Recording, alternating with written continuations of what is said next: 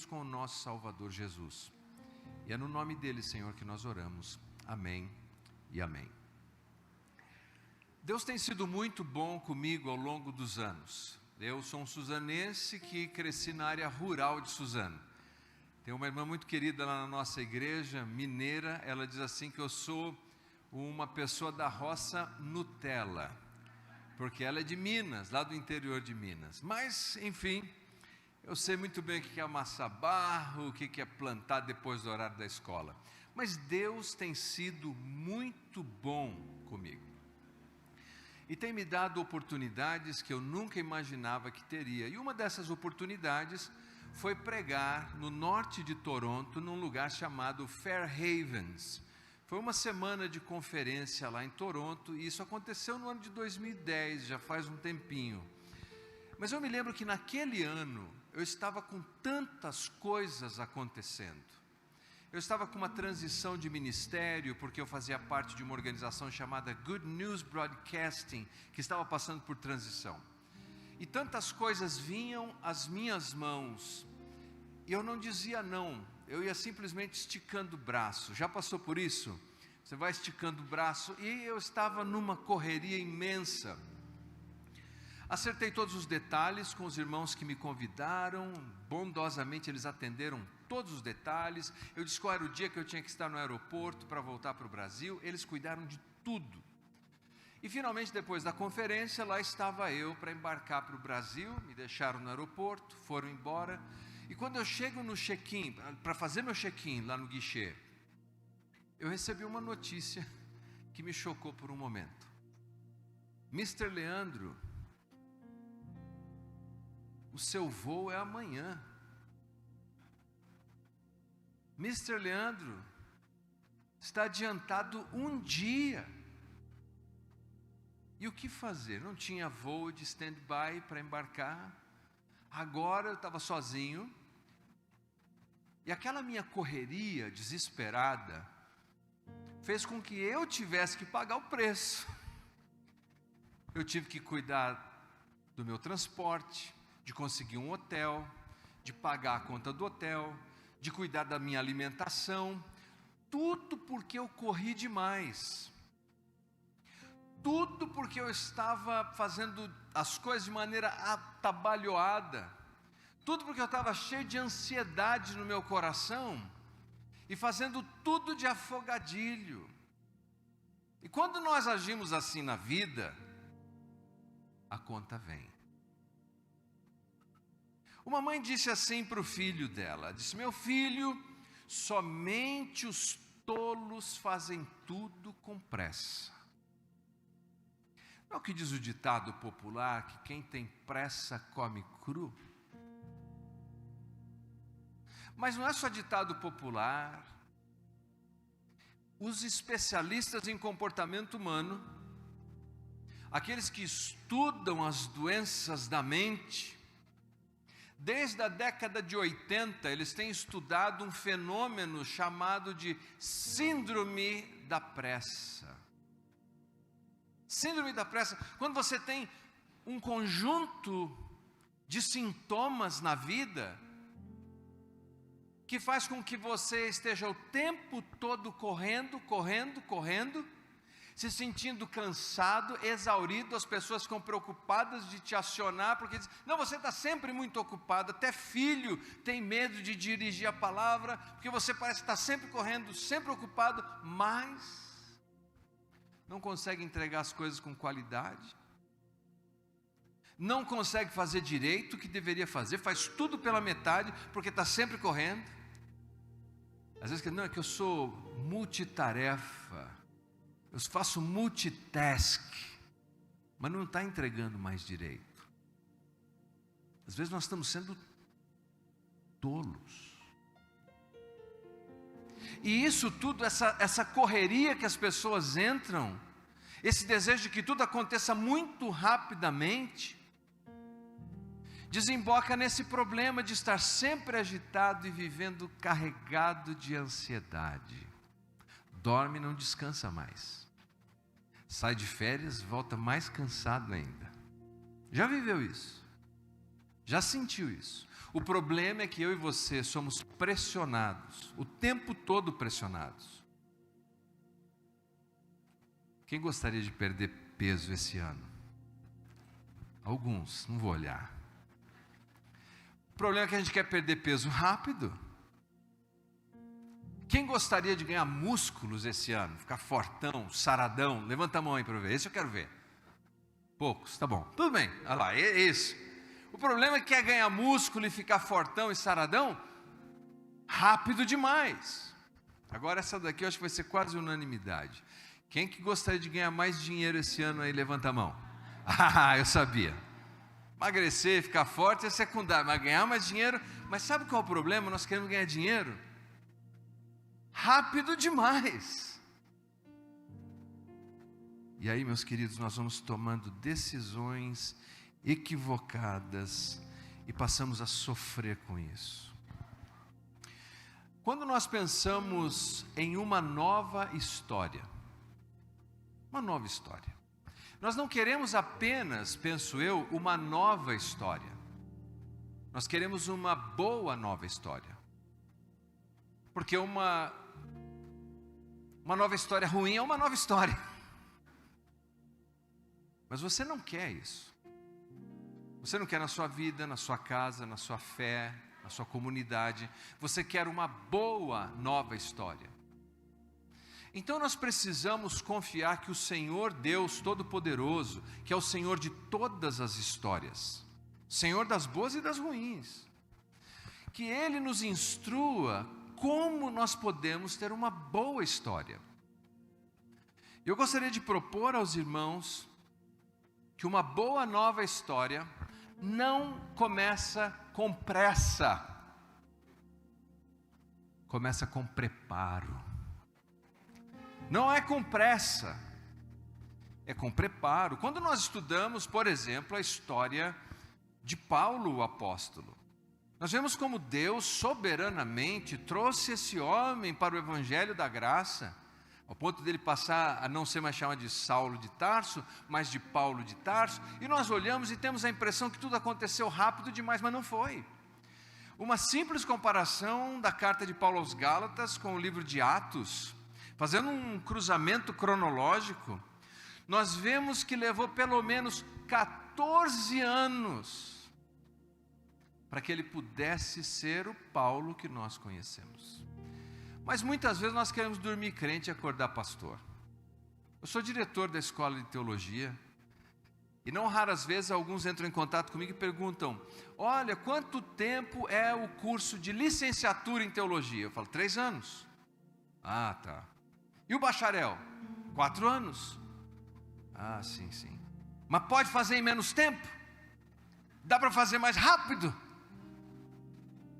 E é esse desejo de fazer mais rápido, de fazer com pressa, que me parece que não é o atalho que Deus deseja. Não é essa a história de Abraão?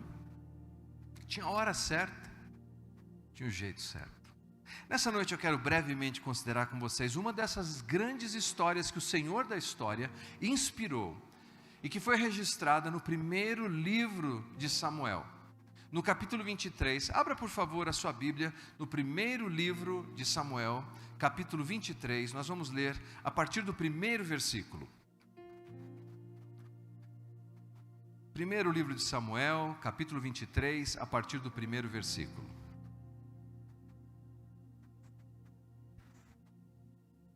Se você encontrar, aí vamos projetar? Bom, vai ficar até mais fácil.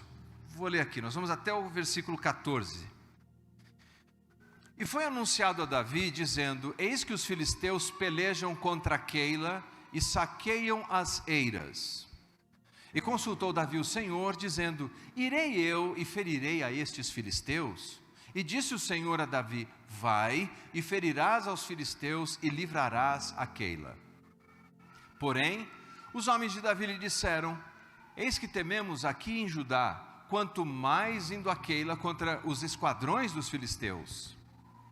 Então Davi tornou a consultar o Senhor, e o Senhor lhe respondeu e disse: levanta-te, desce a Keila, porque te dou os filisteus na tua mão. Então Davi partiu com os seus homens a Keila, e pelejou contra os filisteus e levou os gados, e fez grande estrago entre eles, e Davi livrou os moradores de Keila.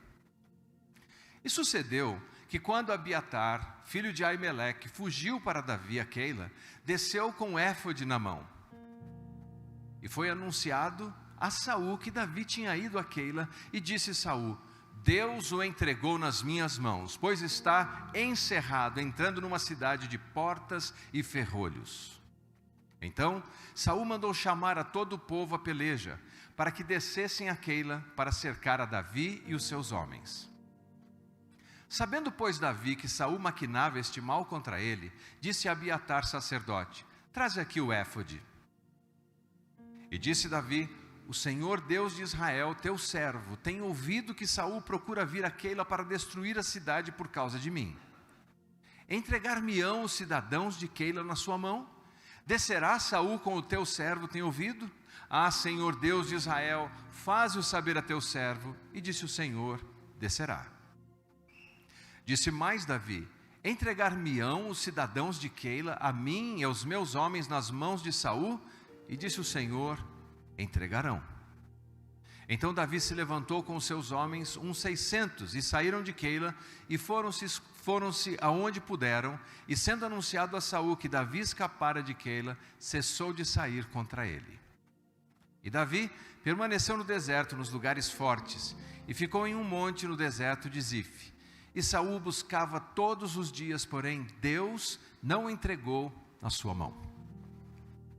É uma história fascinante essa. O contexto dessa passagem é o seguinte: Davi, nesse momento da sua vida, tem a sua cabeça a prêmio, porque o rei Saul, tomado de ciúmes, de inveja, ele está cego por esse pecado, ao ponto de torcer os seus pensamentos, e pensamentos torcidos torcem comportamento.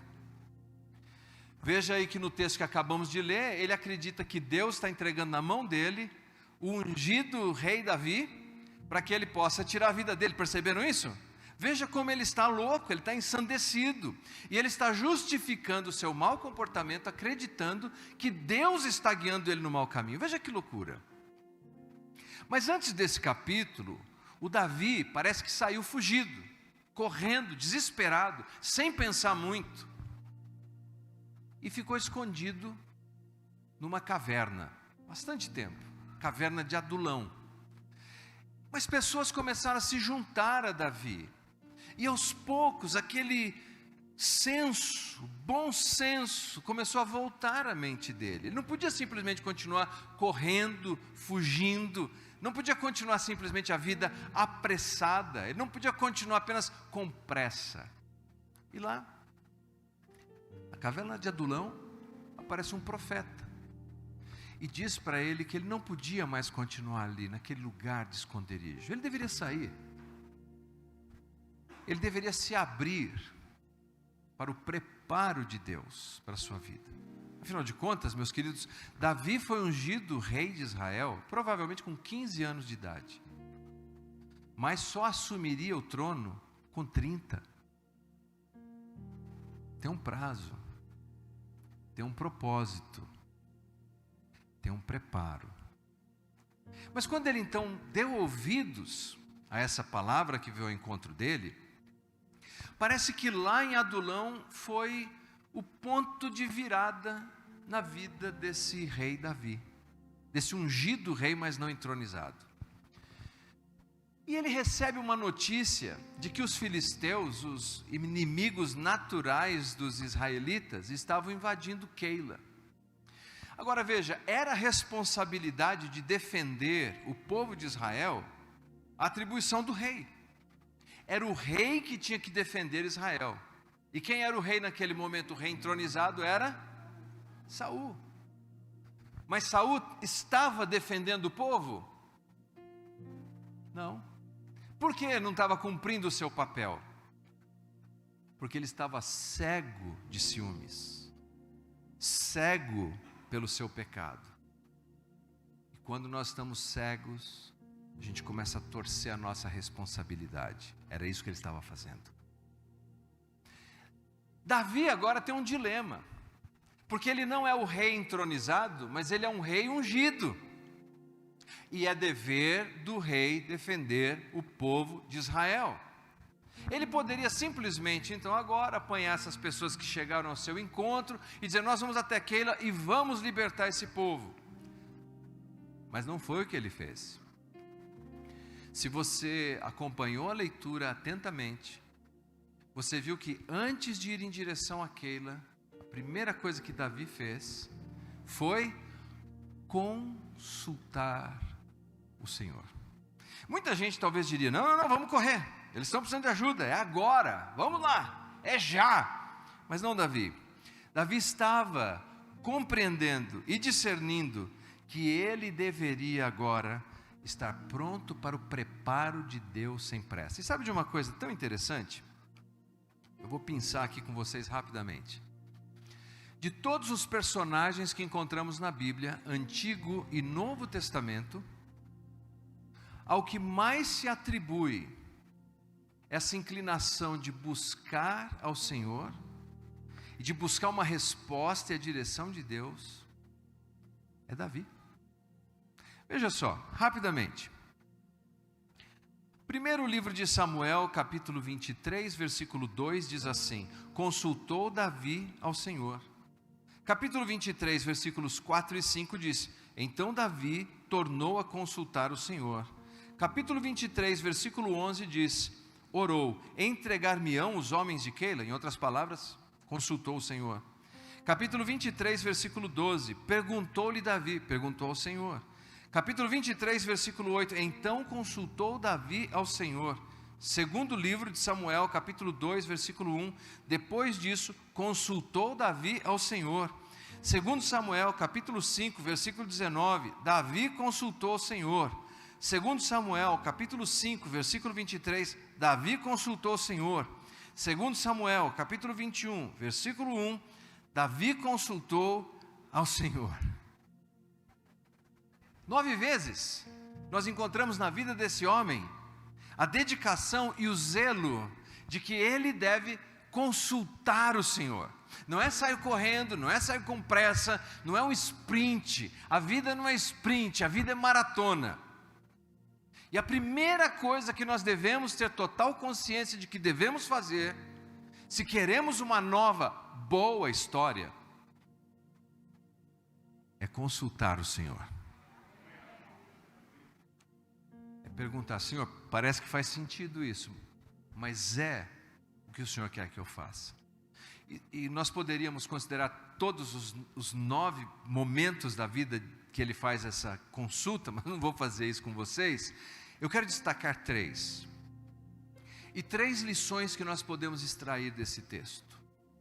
Você está comigo aí? Diga amém. Primeiro, Davi precisava de clareza. Isso fica evidente no texto. Fica evidente quando nós lemos no capítulo 23, no versículo 2, consultou Davi ao Senhor, dizendo: irei eu e ferirei os filisteus? Em outras palavras, é isso que o Senhor quer de mim. Eu preciso ter clareza. Clareza é um dos maiores e mais importantes patrimônios que nós temos que ter. Clareza. Enxergar a vida de maneira cristalina. Saber que caminho eu devo seguir e saber se aquela é a vontade de Deus para a minha vida. Nós não podemos simplesmente acordar e dizer: bom, ou eu vou abrir esse negócio hoje, ou eu vou fazer esse empreendimento amanhã, ou eu vou casar com a Maria, ou eu vou casar com o João. Senhor, qual é o seu desejo para a minha vida nesse ano? Senhor, qual é a sua vontade para mim esse ano? Qual é a nova, boa história que o Senhor tem para mim esse ano? Nós precisamos ter essa santa curiosidade. Senhor, me dê clareza. Nós tivemos recentemente, lá na Abecar, acampamento Abecar, um evento para jovens. E era um evento que virou à noite. Eles chamaram de overnight. E uma menina veio lá da cidade de São José participar. Ela não conhecia bem a Abecar. E durante a noite, nessa brincadeira, ela me contando depois, ela disse: olha, eu não enxergava um palmo na frente do nariz. Então o que ela fez? Ela colou na minha filha, caçula, Melina, porque a Melina está sempre lá. Ela conhece o caminho, ela conhece os lugares. A menina que veio de fora queria ter clareza do caminho. Então ela agarrou na minha filha, ficou grudada nela. Onde ia minha filha, ela ia junto. Ia para a direita, para a esquerda, subia, descia. Ela não largava. Ela falava: você acha que eu sou louca? Ficar andando naquela escuridão, terreno escorregadio, e além do mais tem sapo em alguns lugares. Eu não. Eu grudei nela ali porque ela conhece o caminho. O nome disso é desejar clareza. E Davi, ele se agarrou ao Senhor, porque o Senhor sabia o caminho e qual era o melhor caminho. E ele se agarrou e disse: Senhor, o que o Senhor quer que eu faça? Eu vou ou não vou? Me dê clareza. E o problema que eu vejo em 30 anos de ministério pastoral, sentando com as pessoas, sentando com gente que sofre, com família que sofre, com empresário que quebra, é que nós saímos apressadamente correndo, sem perguntar para Deus e dizemos: Senhor, está aqui, abençoa esse negócio que eu vou fazer. Não é assim que funciona. Uma boa, nova história começa não com pressa, mas com o desejo do preparo. Senhor, me prepare para o que o Senhor deseja. O Senhor quer que eu enfrente filisteus? Eu vou, mas me prepare, me diga se é isso. Eu gostaria de sugerir como você pode buscar essa clareza. Primeiro, você tem que perguntar para Deus em oração, mas você precisa se debruçar sobre a revelação. Você precisa buscar a palavra de Deus. Naqueles dias, eles usavam um éfode, né? Era uma roupa sacerdotal de linho. O sacerdote, provavelmente Abiatar está trazendo a roupa do sumo sacerdote, que tinha um bolso. Nesse bolso tinham 2 pedras, conhecidas como Urim, Tumim, e eram uma maneira de codificar. As cores diziam sim, não. Mas nós temos uma revelação muito superior e especial do que aquela. Nós não precisamos disso. Eu e você temos a inspirada palavra de Deus, que revela o coração de Deus por nós, o desejo dele para a sua vida. Nenhum de nós precisa andar nessa jornada de maneira ignorante. A palavra de Deus nos diz o que nós devemos fazer. Então, primeiro, deseje a palavra de Deus.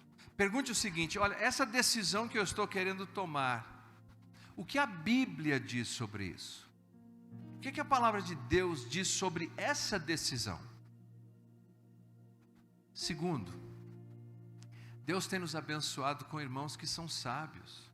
Numa igreja, por exemplo, nós temos oficialato, presbitério, pastores, líderes, gente madura com quem nós podemos conversar. Nós podemos perguntar: olha, o que você acha disso? Eu entendi assim, está certo esse caminho? Buscar a sabedoria do outro. Você pode aprender com seus próprios erros, mas é muito mais prático aprender com o erro do outro. O outro dizer: não, já fiz isso, não embarca nessa. Peça conselho. Terceiro, reflita se aquela decisão que você está querendo tomar tem alguma implicação moral. Se ela é uma violação dos princípios morais, daquilo que nós temos convicção como valor da nossa fé, como aquilo que traz glórias ao nosso Salvador ou não. E aí, se você olhou para tudo isso e olha, a Escritura apoia essa decisão, o meu conselheiro apoiou essa decisão, não há nenhuma objeção moral, ética, de nenhuma natureza cristã para que eu não faça isso. Aí, minha gente, o sinal está verde, vai adiante. Mas primeiro é preciso consultar o Senhor. Consulta o Senhor. Uma outra coisa importante que nós podemos ver na sequência é que Davi, então, não apenas fez essa consulta, mas no versículo seguinte, nós nos deparamos com, no versículo 3, uma situação curiosa. Parece que os companheiros de Davi estão à sua volta. Keila não está longe de onde eles estão. Alguns estudiosos dizem que talvez apenas 5 quilômetros dali. Mas algo entrou no coração daqueles homens. Eles tinham clareza agora. O Senhor disse para ir. Vamos enfrentar os filisteus. Os filisteus, que tinham vindo provavelmente da ilha de Creta, eles têm um tipo de indumentária de guerra diferente do povo lá do Oriente Médio. Enquanto eles ainda estavam com bastões e madeira e armas rudimentais, eles usavam armas sofisticadas. Você pode ver que o Golias, por exemplo, tinha um aparato para guerra extremamente sofisticado. Muitos deles não tinham espadas tal qual nós conhecemos entre os gregos e os romanos, entre Israel eu digo. Mas os filisteus tinham. Eles detinham o que nós chamamos de a tecnologia do bronze. Era assustador lutar contra filisteu, não era fácil. Então quando Davi falou, olha, tenho clareza, está claro o caminho, farol de milha está aceso, o sinal está aberto, é verde, nós vamos lutar. Eles ficaram com medo. Eles disseram, puxa, mas se aqui nós já estamos em perigo, imagina chegando mais perto ainda dessa região. E eles entrariam numa cidade, vimos no texto, que tinha portão, que tinha fechadura, quer dizer, uma vez lá dentro, eles seriam uma presa fácil, como um rato na ratoeira ali, caso Saul aparecesse. Eles sabiam disso, eles tinham consciência. Então vamos enfrentar um adversário difícil, que são os filisteus, e ainda corremos o risco de uma emboscada com Saul. Medo. E aqui outra coisa que eu tenho que te dizer, eu tenho um amigo chamado Stan Houston, lá do Arizona. Ele diz assim, Leandro, o medo mata tudo. O medo mata tudo. E é duro quando você tem clareza, você sabe o que tem que fazer. Você já sabe. Então assim, olhou na palavra de Deus, recebeu o conselho, fez as análises que você deveria fazer, é isso que eu tenho que fazer. Mas aí a perna treme, o coração dispara, a mão sua, e você fala, mas eu tenho medo de fazer isso. Mas quem deseja uma boa nova história, tem que consultar o Senhor e pela fé fazer o certo apesar das circunstâncias. Então Davi, veja só, capítulo 23, versículo 3, porém os homens de Davi lhe disseram, temos medo aqui em Judá, quanto mais indo a Keila contra as tropas dos filisteus. Então Davi tornou a consultar o Senhor, e o Senhor lhe respondeu e disse, dispõe-te, desce a Keila, porque te dou os filisteus nas tuas mãos. Meus irmãos queridos, coragem não é um sentimento. Coragem é uma decisão moral. Coragem é uma escolha que nós fazemos. Por exemplo, eu não tenho que ter coragem alguma na hora do almoço. Eu não tenho medo de comer. Tranquilo. Agora, coragem é quando eu tenho certeza que é aquilo que Deus quer que eu faça e é o certo que deve ser feito, mas eu estou com medo de fazer. Deixa eu contar brevemente minha experiência liderando e pastoreando a igreja bíblica aqui em Mogi das Cruzes. No ano de 2013, eu assumi a presidência lá da ABK, que é o acampamento. Aliás, estão todos convidados quando quiserem conhecer, tomar um café lá, serão muito bem-vindos. E eu era presidente da igreja bíblica. Nós estávamos na Vila Lavínia, um prédio bom, mas nós pagávamos um aluguel lá. E nós temos um projeto social na ABK que atende 90 crianças todos os dias. Não é subsidiado com recurso público, porque é um trabalho confessional. Além de ajudarmos as crianças com reforço escolar, atividades recreativas, nós ensinamos o Evangelho. E não abrimos mão disso por dinheiro nenhum. Eu pensei, puxa, Senhor, será que a nossa igreja deveria sair daqui, desse lugar confortável, de fácil acesso, onde está florescendo e crescendo, e ir lá para a serra? Sabe, esse pensamento passou na minha cabeça? E eu disse, não, isso não. Mas eu ia orar sobre o nosso ministério, sobre a nossa igreja, irmãos, e aquele pensamento voltava ali. Aí comecei a pensar do ponto de vista bíblico da mordomia cristã. Mordomia cristã é como usamos os recursos que Deus nos confia. e começava a fazer mais sentido, que os recursos que nós estávamos usando seriam melhor utilizados se fossem aplicados dessa maneira. Aí eu pensei, eu já sei, eu vou fazer uma reunião com o reverendo Willis. Reverendo Willis me diz não na reunião, e está resolvido o meu problema. Ele era o presidente anterior. Marquei a reunião, tivemos uma reunião de 4 horas. Eu disse, e expondo as ideias, e ele me perguntando, e no final eu disse, agora, reverendo, se o senhor falar não, para mim está tudo certo, é não. E ele disse, Leandro, quem sou eu para dizer não se Deus disse sim? Aí, meus irmãos, eu falei, puxa, então agora vou ter que descer e fazer uma reunião lá com o pessoal da igreja. Levamos 2 anos. Sabe por quê? Para fazer a transição, 2 anos. Porque não é pressa, é preparo. E nós fomos fazendo. Aí a gente teve que fazer uma construção. E vocês sabem o que é essa jornada. E tem gente que fala, ai, que coisa linda. Eu sei o que foi fazer aquela reforma. E quantas vezes eu estava apavorado de medo, ao ponto de sentir vontade de vomitar de medo. Isso é sentimento. Mas a coragem é dizer o seguinte, nem que eu vá vomitando, mas eu vou fazer o que é certo.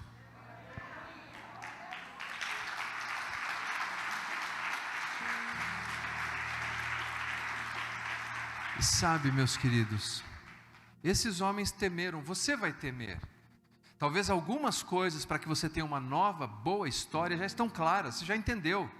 É isso que eu tenho que fazer, eu já entendi, já vi na Escritura, já busquei conselho, já fiz todas as análises morais e éticas, é isso que eu tenho que fazer. Mas tem uma coisa me impedindo, tem uma coisa matando a possibilidade dessa história acontecer. Medo. Davi e esses homens confiaram no Senhor, e porque confiaram no Senhor, realizaram uma grande vitória naquele lugar, e ficaram com um grande despojo de guerra. Louvado seja o Deus que promete, porque Ele cumpre.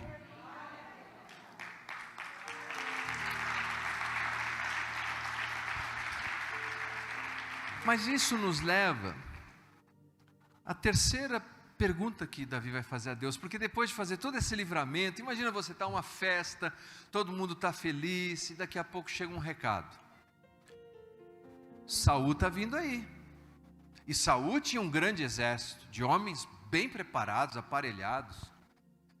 Davi poderia simplesmente pressupor, presumir, que aquela comunidade, em gratidão ao livramento que ele, pela instrumentalidade de Deus, lhes ofereceu, não entregaria ele nas mãos de Saul. Mas Davi não confiou nos seus próprios sentimentos, ou na sua opinião, ou na opinião de alguém, não fez uma reunião apenas conciliar, ele foi novamente consultar o Senhor. E ele perguntou, Senhor, bom, vamos ver aqui no texto, 23:12. Perguntou-lhe Davi, entregar-me-ão os homens de Keila a mim e aos meus homens nas mãos de Saul? Respondeu o Senhor, entregarão. Entregarão, Davi. E aqui, e por favor, eu peço a total atenção nesse momento, que eu vou falar uma coisa que talvez seja um pouquinho complicada da gente processar. No campo da teologia, sempre se estuda basicamente 2 escolas de pensamento, que uma é, independente de qual você abrace, é, Deus sabe o que será. Deus sabe o que será. Um dia eu estava com um britânico dirigindo em São Paulo, um trânsito louco, e me meti numa encruzilhada. Não sou o melhor motorista que existe, e nós acabamos parando em cima de uma ilha no trânsito. E eu olhei para o britânico, muito próprio ele, Dr. Derek Stringer, sempre falando com sotaque, que parece que é membro da família real britânica em inglês. E aí parei com o carro, olhei para ele vermelho, mas assim, sem perder a pose. Ele olhou para mim e respondeu em português: o que será que será? Eu falei, ele ouviu essa música em algum lugar, o que será que será? Algumas pessoas consideram isso, Deus sabe o que será. E aí fala, não, é isso que será. Mas note nesse texto que Deus não só sabe o que será, Deus sabe o que seria. Deus não só sabe o que será, Deus sabe o que seria. Davi falou: se eu ficar, Saul vem. Vem. Se eu ficar, eles me entregam nas mãos de Saul. Entregam. Agora, pode ser que será, ou pode ser que seria.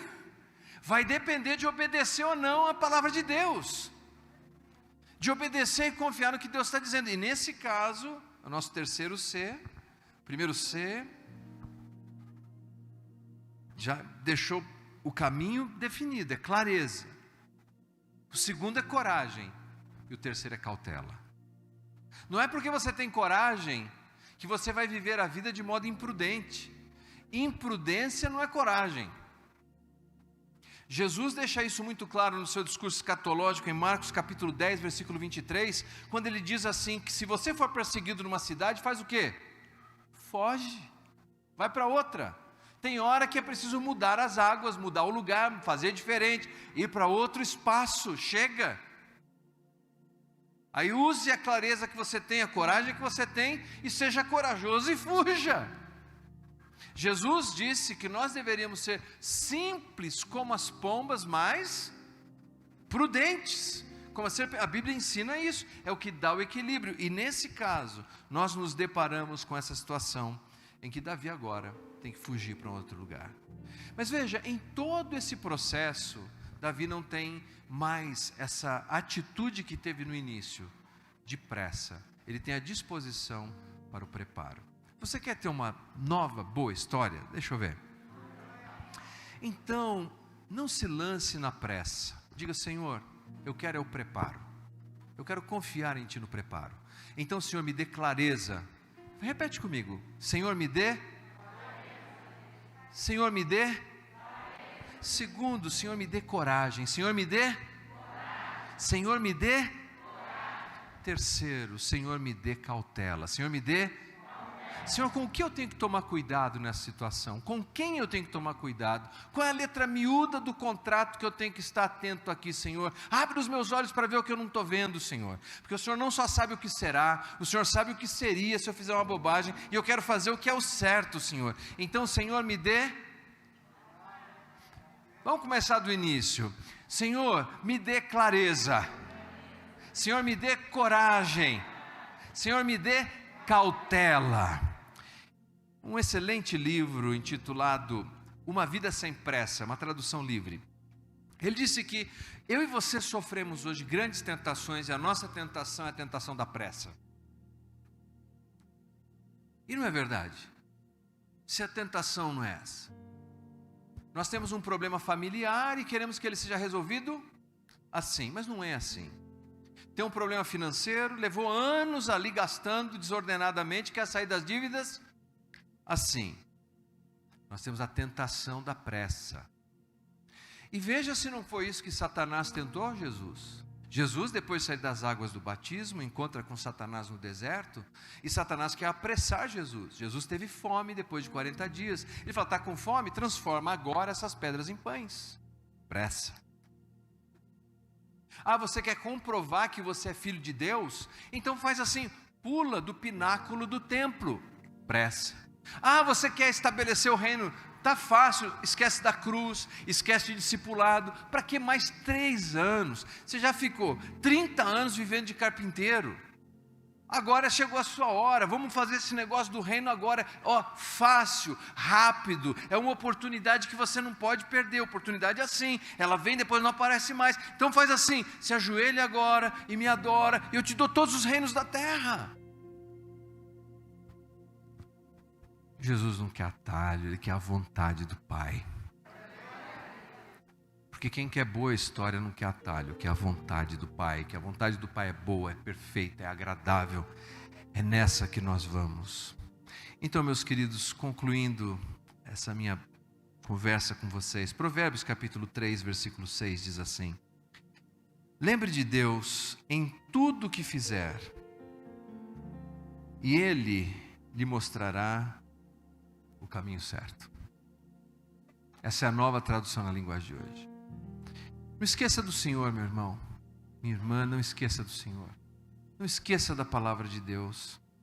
Ele tem o melhor para você, Ele tem uma bela história para você. Ele tem uma boa, nova história para você. Mas você tem que confiar nele. Você tem que buscar a clareza dele, coragem dele, cautela nele.